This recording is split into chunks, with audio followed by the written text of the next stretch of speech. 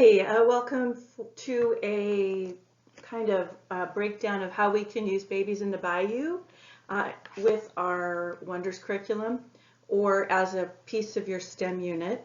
And my name is Karin de Varennes, and we're talking today about setting up something about an interactive read aloud for your first graders. And I'm so happy that you could join me.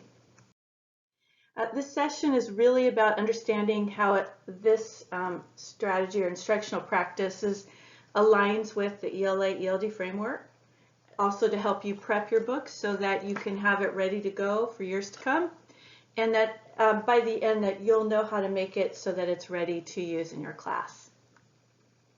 First, we're going to start our seminar with grounding us in research and where this comes from, so that you know that it's just not something that's just out there somewhere that I created on my own, that it's actually steeped in research and valued by the ELA and ELD early literacy community, and also so many standards, both ELA and ELD, that combined with this strategy just really help students have a great balanced literacy part of their reading program.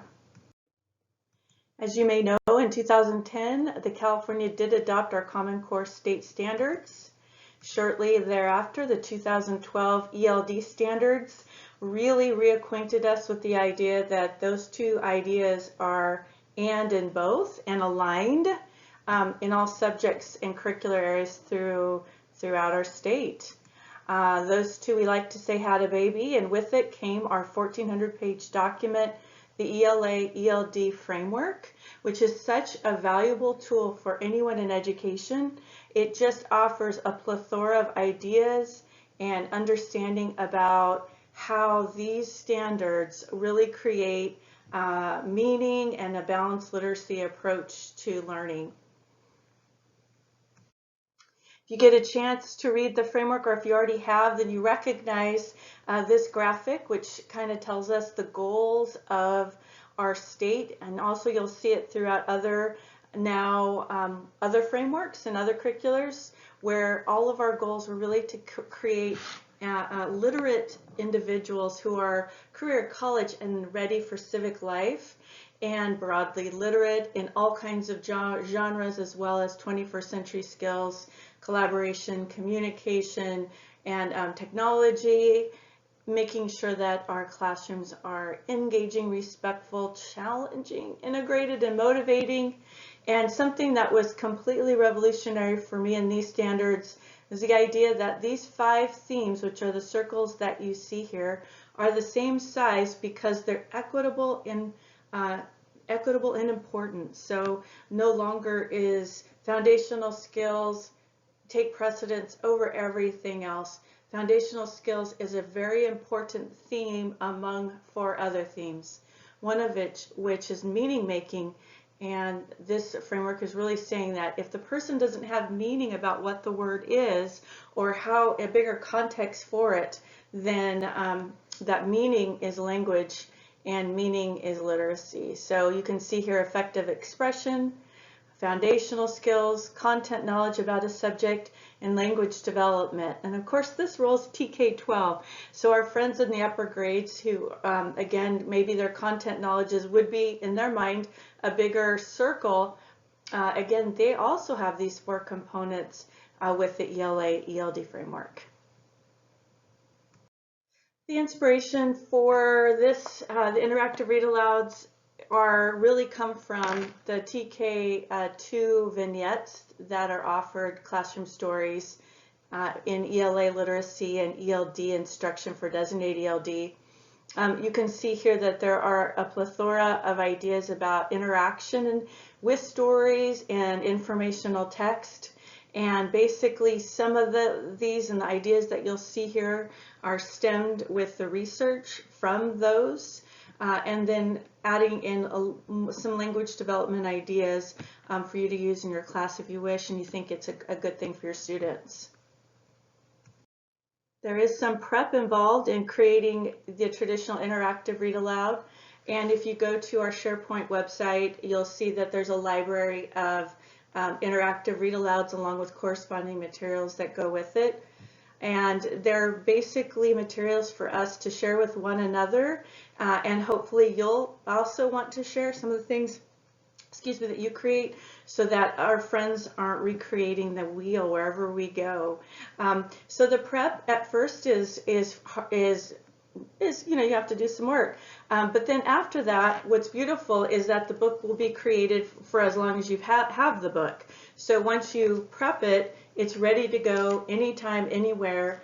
And what I love about interactive reads and the idea of putting notes in the book and taping it in is that I can just pick it up. I don't have to go find the file that goes with it, or the manila folder, or the clasp envelope.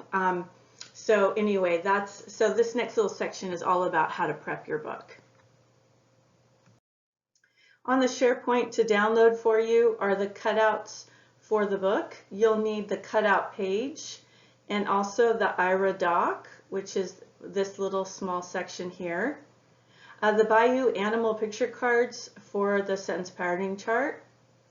You'll need a sentence patterning chart. Now there is one that you can use that's downloadable and fillable on the computer if you wish, or just make your own standard chart to hang, or make a chart for your .cam.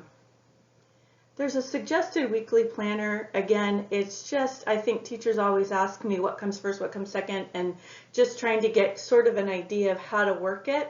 Again, it's a suggested flow. And also with it, there will be some writing frames for their guided reading practice for kids at the end. So those are also available for you. Before we get started, I think it's important to understand that there are several multiple meaning words in this book. One of them is when they're talking about the ducks and the webs between the toes, and thinking about students who may be thinking about a web between the toes, meaning a spider web.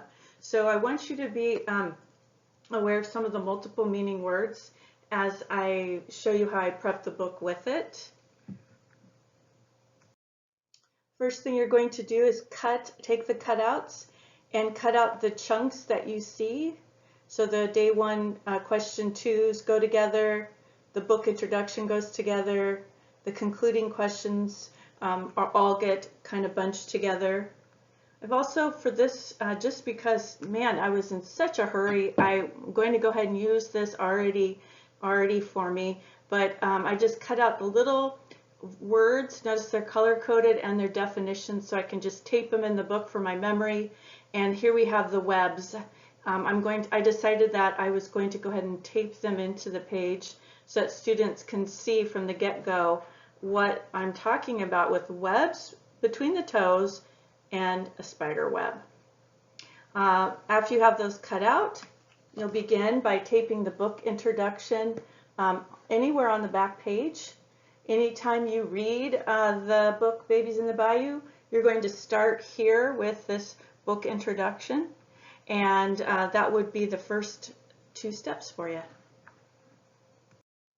Now, some of you have big books, some of you are doing this with online, some of you may have a book like this or a different type of binding. So what I found are pages are always different in all of those books. So what I've done is taken a picture of the page and how I've labeled it. So what I like to do is I like to ensure that I, for my memory, remember what words that I need to highlight so that I can pause and act those out with kids. So you can see here that the word droops and the word wade are going to be 2 of the words that I will stop and pause and say with kids. The word droops means to hang down. So, and I'll hang down just like to act out that motion. And then I'll read, from the trees and white birds wade in shallow water. The word wade means to walk through water that is not deep. The first day one and day two questions are on the page where the mother alligator guards her babies well. The word guards means the mother alligator protects her babies from getting hurt. She lets no one come near. Question 1, I'm thinking the mother alligator is protecting her babies from the raccoons who might want to hurt her babies. So you may notice as well that I usually highlight question 2 because once I get into a role with the book and get into it, I just will automatically sometimes read. So the highlighting for me is sort of a stop, Karen, that's for the next day, not for today. There are babies in the bayou with rings around their tails. Each little face is masked in black, and that's where another day 1, day 2 question goes. I'm thinking I'm thinking the writer is comparing the face of the raccoon with a black mask. Next one is there are babies in the bayou with shells upon their back. And here's day 1, day 2. Why do the turtles have shells is the day 2 question. Day 1 is I'm thinking turtles have shells to protect them from animals that want to hurt them. One after another, the tiny turtles plop into the water. Highlighted it, and I have 2 definitions here, to fall in the water and to make a sound. Plop.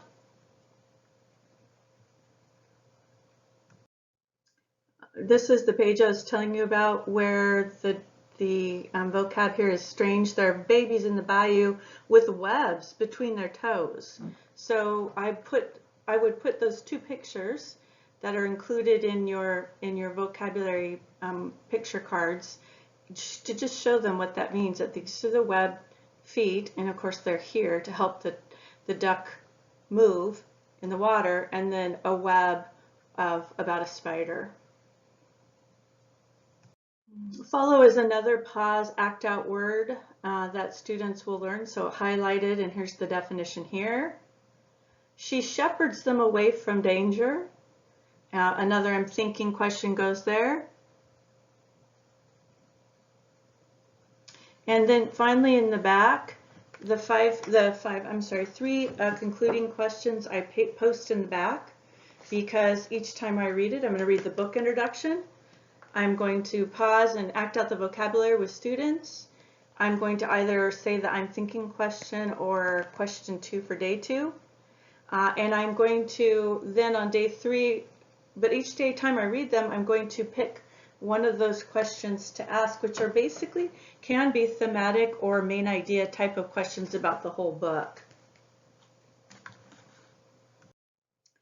An interactive read is such a fun activity for students. I've not really had one ever flop, except when they're either not complex enough for students or when they're too long. I had one where a teacher and I worked on one for the Name Jar, which is a wonderful book, but it was just way too long for her first graders. And so again, choosing the book for your class is always the most difficult in some ways. And then once you start using the book, you'll find, or at least I found, that this instructional practice works so well with students. I've provided another tool for you to use, a suggested weekly template.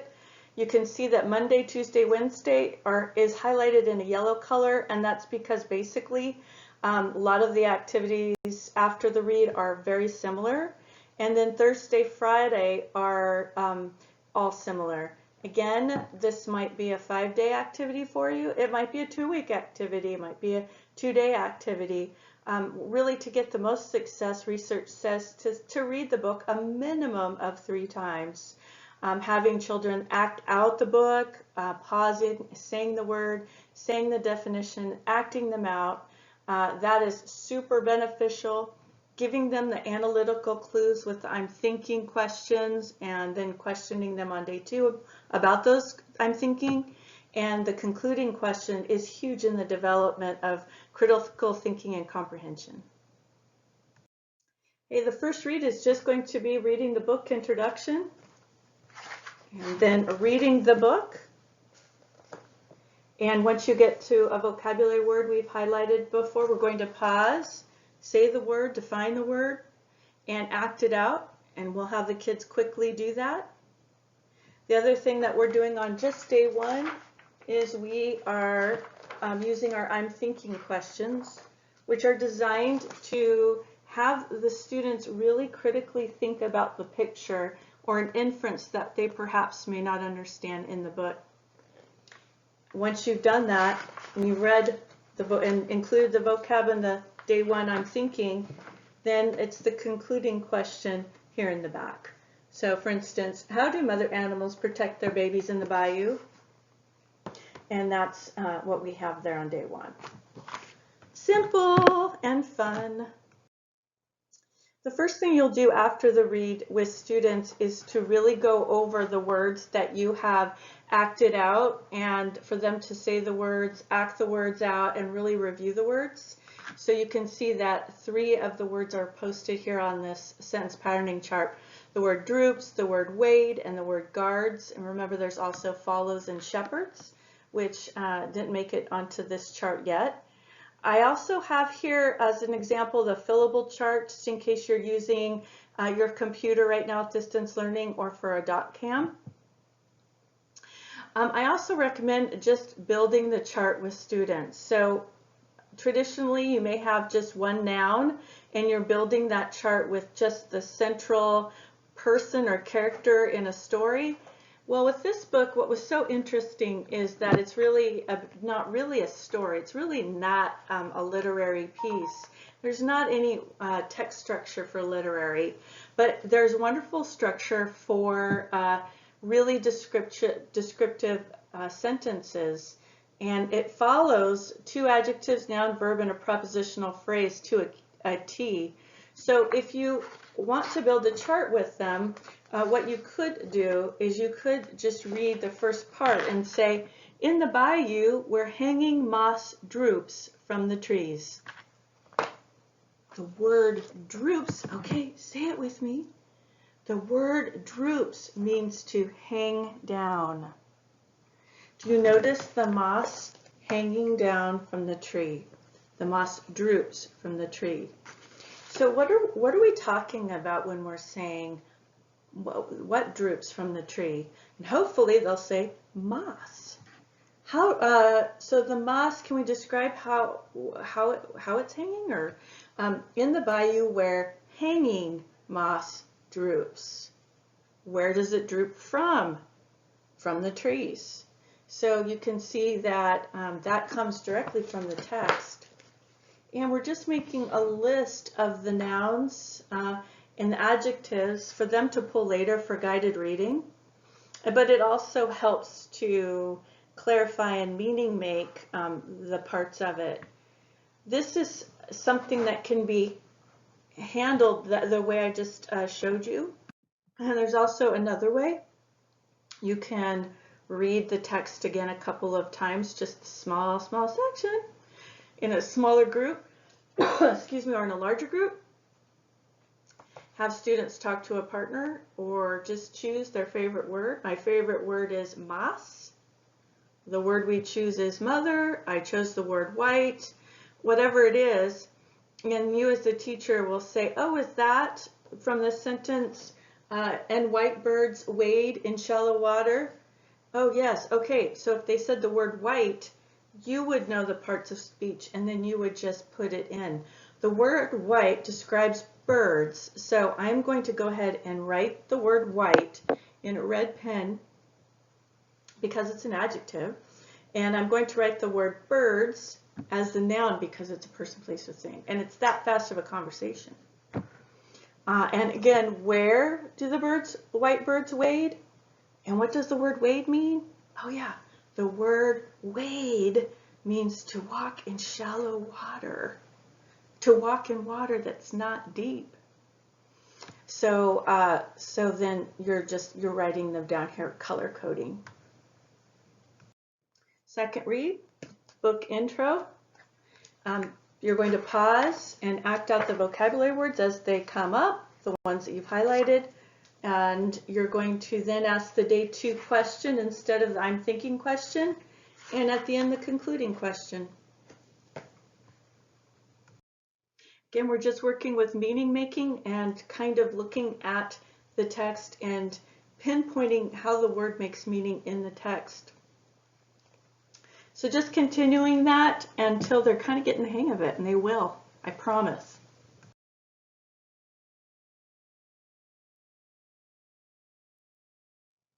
This time on day 3, you're doing the book introduction, you're working through the vocabulary, and then also working in a concluding question. You may also, I've given this kind of some space. A lot of times I like to add in the inferences or other information about the book at this point. Maybe bringing in figurative language or, excuse me, character traits that are pointed out in pictures, those kinds of ideas. But again, this isn't a literary text. There's not a lot to hold on to with this text. I do love it, but it's not quite complex enough. But even though it is complex, but it's not as complex as a literary text. Days 4 and 5, acting out the book. So wouldn't it be fun to have some kids acting out that they're the alligators, and then some kids who are the raccoons? So maybe this is after COVID. I'm not sure how much success we can have in our distance learning, but it could be kind of fun, I think. Orally developing some of the vocabulary that we've developed with sentence pattern chart, helping the students to write sentences with you, and then the guided writing of them picking out words and putting it into a sentence.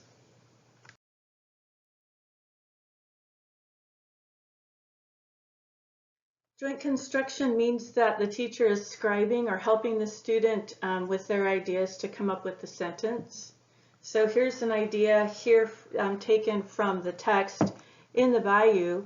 Hanging white moss droops in shallow water. So just cutting up some of the words and then having them put the words with the color-coded underlined sentence. And then again, all of these words just came directly from the text. Working on prepositions, so students will say with you there are babies in the bayou, and then with is what it would be. So using those prepositional phrases, with rows of sharp white teeth, with webs between their toes, and you could cut them up and make some pretty funny sentences too. What? Have fun with language? Crazy! For students who need more of a challenge or can do this by themselves already, there are babies in the bayou with blank and with blank. And then in the bayou, again, the color-coded, but making the entire section of words to put in themselves. Miss Patty Vu, a teacher at Taylor Elementary and Stockton Unified, was one of our teachers learning with us during our summer school session in 2019, and this is her first time doing joint construction where the students are retelling a literary story to her. And you can see down here how much they told her. She was so surprised that the kids knew that much. But again, it's because of all the activities that you're doing with them with the language and reading it many, many times. So here she's reading it, the students are reading it with her. There were 3 little pigs.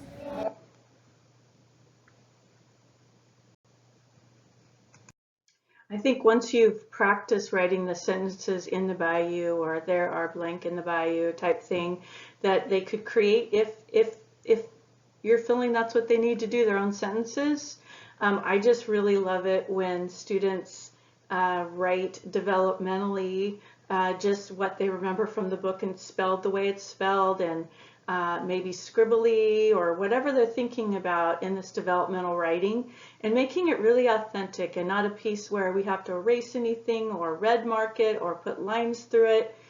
Just letting it be where they are so that they're feeling that they can write freely and not be punished too much for it. So you could also just have them write out what they know about babies in the bayou, which is always a fun thing to read later. Thank you for joining me, and with reading Babies in the Bayou. I wanted to go over the session success criteria here, which is hopefully you've understand now where this interactive read aloud idea comes from and how it's aligned to our state guidance document of the ELA-ELD framework.